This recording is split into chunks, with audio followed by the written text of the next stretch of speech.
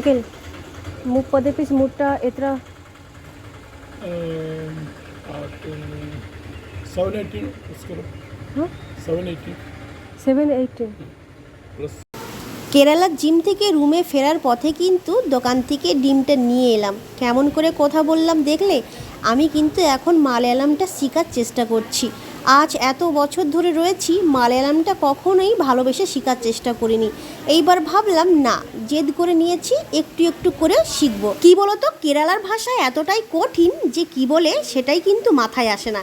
যে প্রথম হয়তো কোনো লোক কিছু শব্দ একটা বলল, সেটা ক দিয়ে শুরু হয় কি র দিয়ে শুরু হয় কি ব দিয়ে শুরু হয় সেটাই বুঝতে পারি না, তো সেই জন্যই তো সমস্যা হয়। কেরালার যে ভাষা মালায়ালম, এই ভাষার কোনো শব্দ শিখতে গেলে কিন্তু বেশ জিভ উল্টোতে হয়। যদি না উল্টাতে পারো তাহলে কিন্তু একদমই ভাষা শিখতে পারবে না।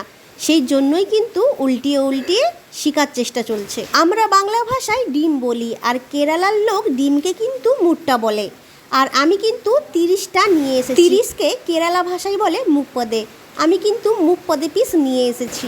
আঙ্কেলটাকে আমি জিজ্ঞাসা করলাম 30 পিসের দাম কত। তখন আঙ্কেলটা বলল এক পিসের দাম কিন্তু 7 টাকা 8 পয়সা। তারপরে আমি হিসাব করে আঙ্কেলকে 234 টাকা দিয়ে এলাম। তোমরা এবার জানিও তোমাদের ওইখানে 30টা ডিমের দাম কত টাকা নিচ্ছে। তো ডিমটা নিয়ে এসে নিজের জন্য 3টা ডিম সেদ্ধ করলাম। সকালের কিন্তু আজকের এটাই আমার ব্রেকফাস্ট, সাথে কিন্তু একটা লিপটন গ্রিন টি। ডিমের উপরে অল্প করে একটু লবণ ছড়িয়ে দিয়েছি যাতে খেতে একটু ভালো লাগে। সকালবেলা ব্রেকফাস্টে যদি এইভাবে ডিম সেদ্ধ খাওয়া যায় তাহলে কিন্তু পেটটা বেশ অনেকক্ষণ ভরা থাকে আর সহজে কিন্তু খিদা পায় না। জানো, এখন যে আমি কাপের মধ্যে গরম জল ঢাললাম, এটাকে মালায়ালাম ভাষাতে কি বলে জানো? চুরু ভেল্লম। চুরু মানে গরম আর ভেল্লম মানে জল। এইভাবেই কিন্তু আমি তোমাদের সাথে একটু একটু করে প্রতিটা ভিডিওতে মালায়ালাম বলার চেষ্টা করব আর তোমাদেরকেও শেখানোর চেষ্টা করব। গতকালের ভিডিওতে আমি শেয়ার করেছিলাম যে মাছ আঙ্কেল কি মাছ নিয়ে এসেছিল আর কেন নেয়নি। মাছগুলো এতই ছোট ছিল, সেই জন্যই কিন্তু নেওয়া হয়নি। সেই জন্য আজকে আমি বিকালবেলা বেরিয়ে পড়েছিলাম মাছ খোঁজার জন্য। প্রথম যিনি মাছ নিয়ে বসেছেন তার কাছে তেমন একটা ভালো মাছ দেখতে পাইনি খাওয়ার মতন, সব ছোট ছোট মাছ। তারপরে কিন্তু চলে গিয়েছিলাম আরও একটা মাছ দোকানে। এই যে এর কাছ থেকেই কিন্তু আমি বেশিরভাগ মাছ নিয়ে যাই। বেশ ভালো ব্যবহার করে আর কিন্তু বেশ ভালো মাছ পাওয়া যায় এর কাছে। তো সেই জন্য এসে দেখি এর কাছে কিন্তু সেই ছোট ছোট পটল মাছ। গতকাল যে আঙ্কেলটা নিয়ে এসেছিল পটল মাছ, ঠিক সেই রকমই পটল মাছ কিন্তু এর কাছেও রয়েছে। পাশে যে মাছগুলো দেখছো তোমরা, দেখতে কিন্তু পটল মাছের মতন, কিন্তু একদমই পটল মাছ নয়।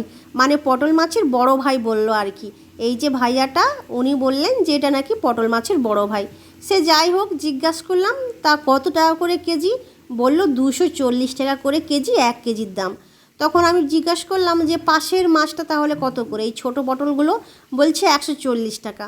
সেই জন্যই কিন্তু বাধ্য হয়ে না পাওয়াতে কোনো মাছ 100 টাকা দিয়ে ছোট পটল নিলাম। খেতে কেমন হবে কে জানে, কারণ ছোট মাছে না সব সময় আবার স্বাদও পাওয়া যায় না।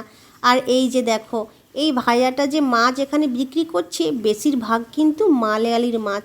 এই যে দেখো কত কিছু মাছ। এই মাছগুলো আমি কোনো দিনই খাইনি, আর কিন্তু স্বাদও কেমন তো বলতেই পারবো না। ছোট পটলটা কিনেছি ওই 2 দিন হবে, তো ওতেই কিন্তু চলে যাবে।